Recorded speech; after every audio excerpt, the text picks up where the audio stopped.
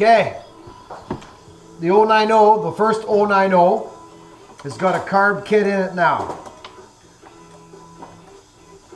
We're about to put the carb back on. And make sure that it held air, which is a good sign. Donnie Walker here, the fantastic Donnie Walker, the famous Donnie Walker. You know it. You know it, you know it. Yeah, we're also working on a saw that's almost older than both of us. Where's that one? The old man's? What you're touching on right now. Oh, this thing, yeah, it is, isn't it? It's probably older than you, but maybe not older than me. Here, you finish up, I'll film.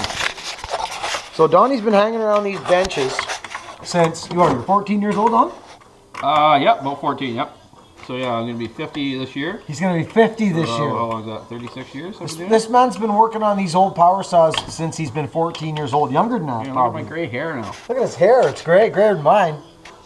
But the beautiful thing is about this man, besides how good looking he is not a lot of people know how to work on these old saws. This man's a gem, and his dad is even another step again, who we're going to go see at some point, who has worked on older stuff than this man. So it's a neat tradition in my mind, you know. So, and I've always done business here. These guys sent me out my first falling shift with a 394. That's that 394 I still got. I remember this guy here just gave it to me in a box. He said, "Here, Buckin, take this. We won't give you a 372 because you'll break it." And they were right.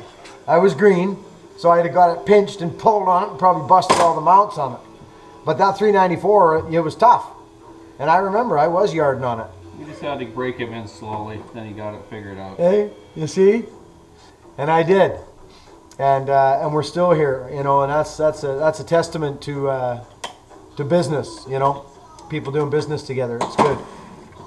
So we're getting close here. Okay, just get the throttle hooked up, then we can go out and get the starter. Did you get that clip on it? Yep. Holy smackers. This man's fast. He's fast. So I used to come in here and, you know, this is after doing business for a while. It takes a while, right, to gain the trust and gain, you know, you pay and don't run them out and this and that. And I'd come in, there'd be there used to be a big bench here, you know. And people would come in, "Hey, can you fix my saw? Can you fix it?" Yeah, and I'd hear them saying, "Yeah, probably next week for you." And they'd be like, "Yeah, sounds great." Well, next week wasn't good for me when I was starting out.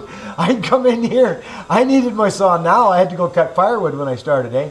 Well, these guys would do it. They would in and out of here like a fiddler's elbow, and I'd be back out cutting wood, you know. Yeah, you set the loggers up. We used to have an old wood stove over there, so the guys would come in all rainy and cold and sit over there, and we'd have a little hot coffee, and away we went. Yeah. Stayed here extra hours to keep these guys going. That's right, they did, and that's the true business. And they're still rocking and rolling, Walker Saw Shop. So I toot you guys all the time on YouTube. You're already known on YouTube.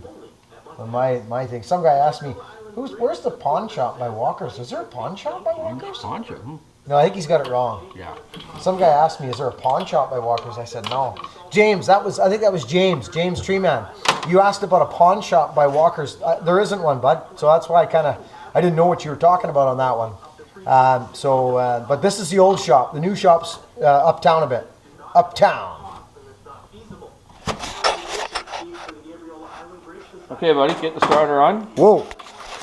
Starter's going on. We'll be back in a flash. Over and out. Stay tuned. Subscribe in.